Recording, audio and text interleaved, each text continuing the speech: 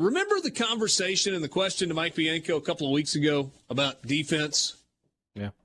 And him saying, well, we're either not good defensively or we're not very focused. Then they immediately went out and they played like 4 of the next 5 games with no errors. They've had a bunch of errors since then. And they've got issues defensively. And those issues have got to be solved. Now. Like Chatnier's not a bad second baseman. Gonzalez not a bad shortstop. They're pretty good at third base, pretty good in the outfield. They're pretty good behind the plate.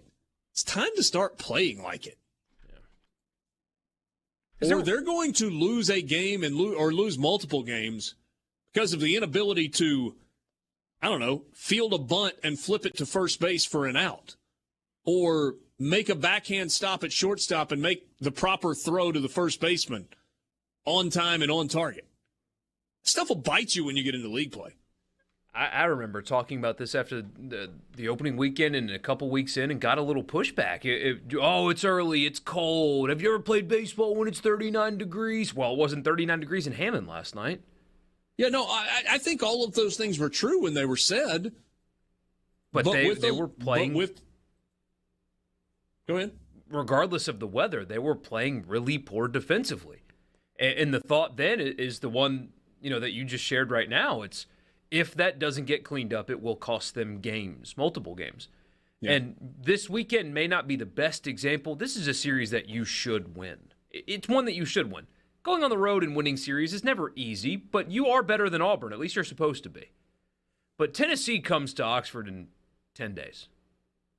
And that is I have a feeling that's going to be an awesome series. Intense. Close games. 2 really good offenses, last night notwithstanding. You can't commit 3 errors because Tennessee will beat you. I promise you they will. Ole Miss fielding 960, which is not very good. It's not nearly as bad as it was a couple of weeks ago, but the sample size is getting larger, right? And so as there are more chances, even multiple error games aren't going to cause your fielding percentage to dip. 970 in college baseball in terms of fielding percentage is good. 974, you're getting to really good. Anything above that, you're talking about a great fielding team. Mississippi State has had its issues. Defense has not been one of those issues. So here's the comparison. Right, Ole Miss has made 20 errors in 16 games? Yeah, 20 errors in 16 games. They're fielding 960. A Mississippi State team that has, at times, very clearly struggled this year, through 18 games has made 7 errors. They are fielding 988 as a team. My guess is that number doesn't stay there because that is almost impossible in college baseball to field at that level. Yeah. They've been really good defensively. But you're right. State's issue is something different. It's not defense right now. But you go back to Omaha though. Remember that's really why they won in Omaha. Was defensively they turned into maybe one of the best defensive teams in the country. Remember last year, Cam James struggled all season long. Forsythe had a ton of errors. Mm-hmm. And then in Omaha, no ground balls got through the infield because they scooped everything up. That was a huge reason they won there. Yeah. And this year, they seem to have at least brought that with them thus far this year. Lane Forsythe has no errors this year. Talking about relief pitcher Lane Forsythe now. R.J. Yeager, no errors on the season. Luke Hancock has 1. Logan Tanner has 2. You'll live with that considering the position he plays. Yeah. Tanner Leggett has 1. Cameron James has 2. Those are really good. And one of the 7 errors for Mississippi State is from Braylon Skinner in the outfield.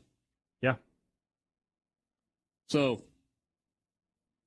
really good so far defensively for Mississippi State. Ole Miss got to clean that up. Are they capable? Yeah, probably so. But look, here's where you are. So Calvin Harris has an error, backup catcher. Hayden Dunhurst has 2. Justin Bench has an error. Chatagnie's got 3. Leatherwood's got 1 in the outfield. Gonzalez has 4 at shortstop. Reagan Burford's got 3 at third base. Kemp Alderman's an outfielder and has 2 errors. Jack Washburn, a pitcher, has 2 errors. Dylan DeLucia, a pitcher, has an error. So, I mean, pitchers having errors, come on. That shouldn't happen. Outfielders making errors shouldn't be more than 1 or 2 in a season.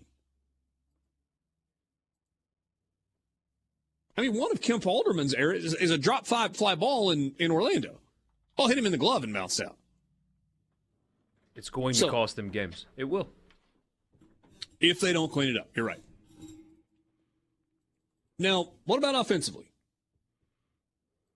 Didn't swing it great on Sunday against Oral Roberts. Won game 1 and lost game 2. And then didn't swing it very well last night. You just can't get too concerned about the offense, right? About this offense? It's easier to not be, right? Because at the end of the year, they were the SEC's second best offense behind Vanderbilt in conference play. They were number 1 for a while and fell off just a little.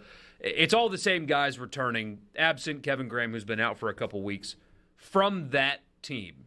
Now, things change from year to year, but it's all the same guys. And it's not like they've been playing like yesterday and Sunday afternoon all season. They've been mashing really all season.